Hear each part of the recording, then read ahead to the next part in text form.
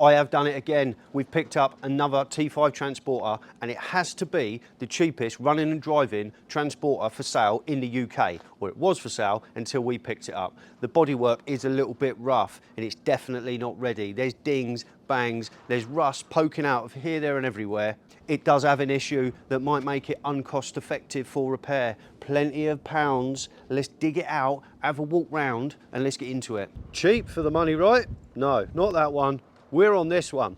2010 60 plate T5.1 transporter, and it's a shorty, and there is a few good bits about it, but there is also rough and ropey bits. We've got crusty wings. The edge of the door, what is going on with that? It's been scraped a few times, and then the rust has sort of blown through it. The main money shot panel is straight, which is good. We've got barn doors. I am a tailgate man, but it's about time we delved into doing something with barn doors. Don't mind it. It's a bit green. It does need a clean. Back bumper has seen a kiss or two. We've got little dents here, there and everywhere on the rear door. Might need a rear left door if anyone's watching this. This side is definitely a bit rougher. We've got some what looks like dentage, or is definitely dentage, going through the rear quarter. Sliding door, and they ain't cheap. Door is definitely a bit ropey. We've got dents running through it, and we've got a scabby bit of rust. And you can tell that because I've marked it out. Being a short wheelbase, there's less area to fix, right? The alloys, they're round and they've got tyres, but they're a little bit ugly. Wing mirrors, both of them have been punted. Yeah, it's been used as a van. And if you're wondering, how much did you pay for it? Come on, spill the beans. I give the geezer 500 quid for this. £500. He said, oh mate, it's high mileage, you're not gonna like it. Well, I turned up, and the first thing I did look for through the window was the button. Where is it? She's got the ACs. Always have to have an AC on a DTE build. Mileage, can we see what's going on there? Where is it? There it is, 174k. Guy said it's high mileage. I'm like, mine's done nearly 300, brother John. We're not mad at the mileage at all. The bodywork's all right. Let's have a little butcher's inside. Electric windows, obviously that's always a win. It's a T5.1, so it's got the later centre console compared to my T5. It's not too bad in there. If we check the steering wheel out, it's not that bad. We've seen a couple of motors in the past and the steering wheel was hanging. Driver's seat, captain's seat, 2 armrests, and the seat looks all right. Although I do fit a dark cloth seat, I might be able to clean, well, I can clean that up, but we might be able to sell that seat for a couple of £100, possibly with the passenger seat. All this staining will come out, but it's not too bad. Not too bad at all. Let me work out how to open this sliding door. Forget the sliding door. Let's go straight in. Oh, you are joking me. We're not winning. That's now open. Well, it better be. Yes. Yes, yes, yes.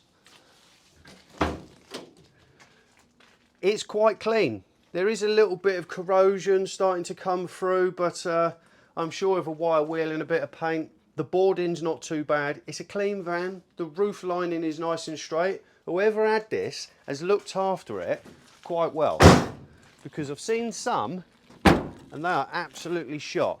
Let me show you the issue that might make it super expensive. This seat is in tidy condition. Oh, I haven't got armrests in mine, but I'm going to strip the seat covers off and get some AliExpress Temu specials and fit them. It is nicer in here. The dashboard is the same as the early T5, but this centre panel is different. We've got later dials, later stereo. The clocks are later. A key might help. So someone messaged me late at night. I was mid-flight through filming. He rang me about 4 times. So I answered, I was like, hello. He said, hello mate, ain't spoke to you in a while. I'm like, yeah, what's up? Busy. My mate's got a cheap T5 transporter for sale. Hello mate, how you doing? Good to hear from you. Anyway, next day, this turns up, 500 quid. Thank you very much. ACs, you know I'm a bit of a tart for air conditioning. If you're doing air conditioning, if you're doing a build series or you want to make a nice van, in my opinion, it's got to have the ACs. If you haven't got AC, it's fine. I've driven it, it's not too bad at all. We can hear the wishbones are donking on all four corners, so it needs 4 wishbones, or 4 wishbone bushes at the very least. 174,000 miles, it's probably going to need a timing belt and water pump. It needs a full clean. I might clean it in this video. You guys seem to like a clean up video.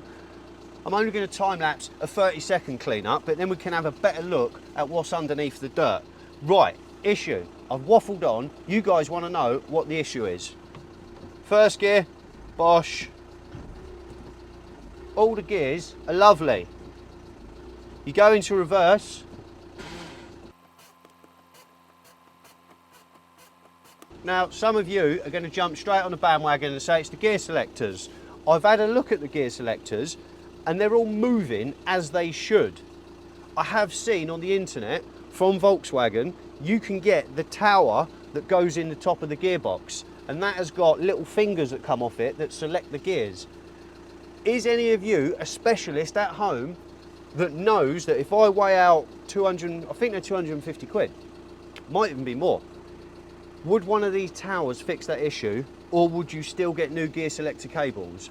Or, worst case, is it the gearbox and it's going to cost me 1,500 quid for a Recon gearbox, new clutch and flywheel, so I'm 1,900 quid into a gearbox, clutch and flywheel, and obviously the time and effort. Or, can I fix it with some cables or the tower? Every now and again,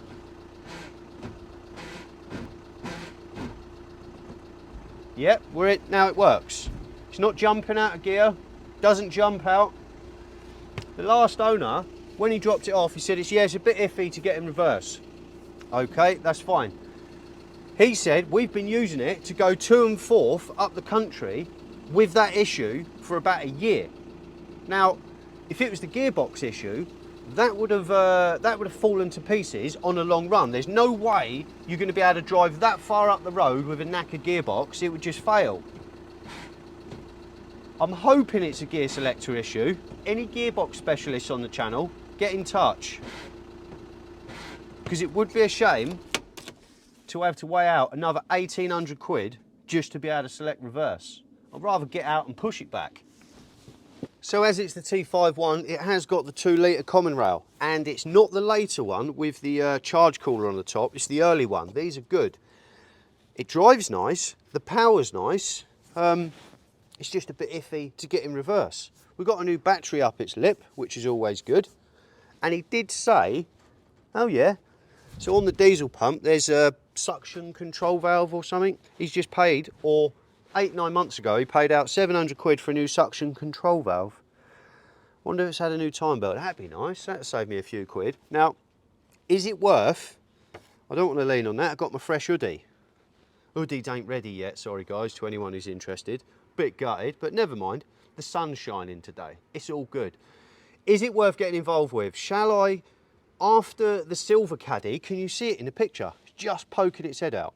That one is next on the list. I think we're going to do a raffle, but I'm not sure on what you can do and what you can't do without getting in trouble. We don't want to get in trouble. That might be a raffle. That is coming very soon. I've got all the bits for that. We just need to get into it. Weather is properly killing my life off at the minute. It's freezing, it's cold. It's hard to find enthusiasm to get involved with a big project, especially a T5. So this one is second on the list. Is it worth giving it a quick coat of paint, bit of a tart up, and maybe sell it? Is it worth 8 grand? Is it worth 7 grand? 170k mileage. A friend of mine bought one last year for 14 grand. Exactly the same, just prettier looking. Is this worth 8 grand, 9 grand, 10 grand? Let me know, because if it is, I probably will get involved with it. I have already started buying stuff for it. Let me show you. You can see on the door, it is rusty down the bottom, and we have got a rusty edge here. And what's happened is, the hinge, the bottom hinge is broken, it's dropped, and it's rubbed the paint away on the wing and the door. So we've got rust, rust and a few dents around it. There is a few other little marks. Now, I can repair rust, or you can repair rust to the best of your ability, but sometimes it comes back. And I don't want to go to all the effort of making it nice, pretty, giving it a nice paint job, to then have rust blown out on the side of the door. So, Facebook Marketplace, as you do. If you haven't got Facebook Marketplace, good on you, because you'll only end up wasting your money. I have picked up 2 low mileage, the doors don't really count as low mileage, but I guess they do, 30,000 mile T6 transporter doors, absolutely immaculate. Seller had a flood damaged van, and then he broke the van in the end. So I've got some doors off 30,000 mile motor, so they should be as good as possible. And I did notice the other day that these have been wrapped. So the doors are even better condition under the wrap. So we've got 2 new doors, and I paid £200 for them. Let me show you the next purchase. Front bumper, well, it's already the T5.1, so we don't need to give it a facelift upgrade. I do like the T6 and the T6.1s, but they're strong money. I still really like the T5.1 front ends, so we're gonna roll with it. I have seen this bumper, that's a T5.1 bumper with the Sportline lower grille, and he is asking for 200 quid, or he wants a part exchange for a standard front bumper. So I said, I'll give you £100 and my bumper for yours. He said, yep. So we've already got 2 mint doors and we've got a decent front bumper. I'll buy it a couple of wings because they're cheap enough, but the sliding door, ideally, it would be nice to get a replacement. Dings and dents are one thing, but rust is not very nice. Anyone got a cheap sliding door watching this? Hit me up, I'll probably buy it. First thing, we need to get these ugly roof bars off.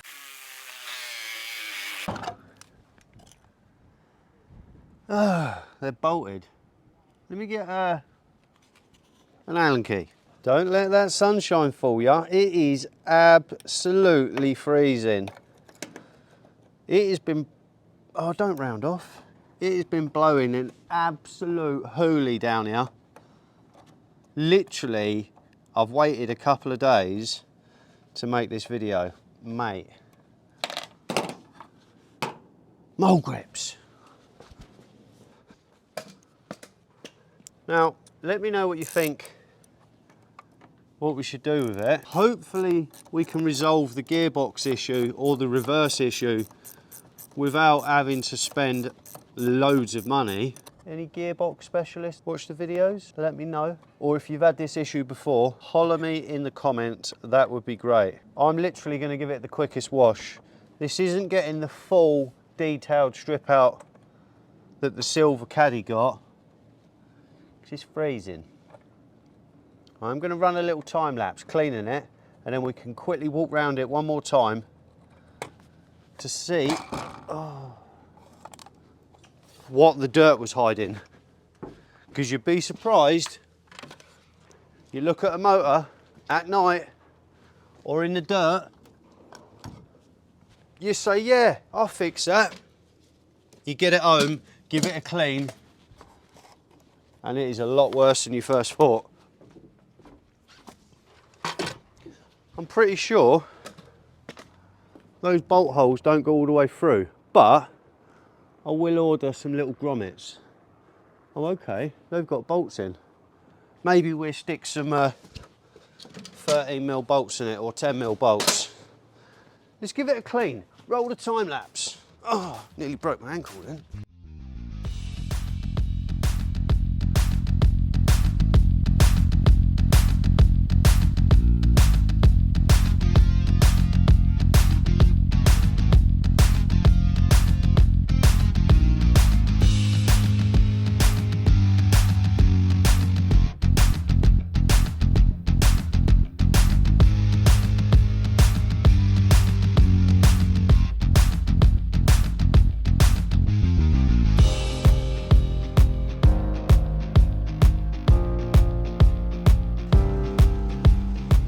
Check that out, brother John. No squinting.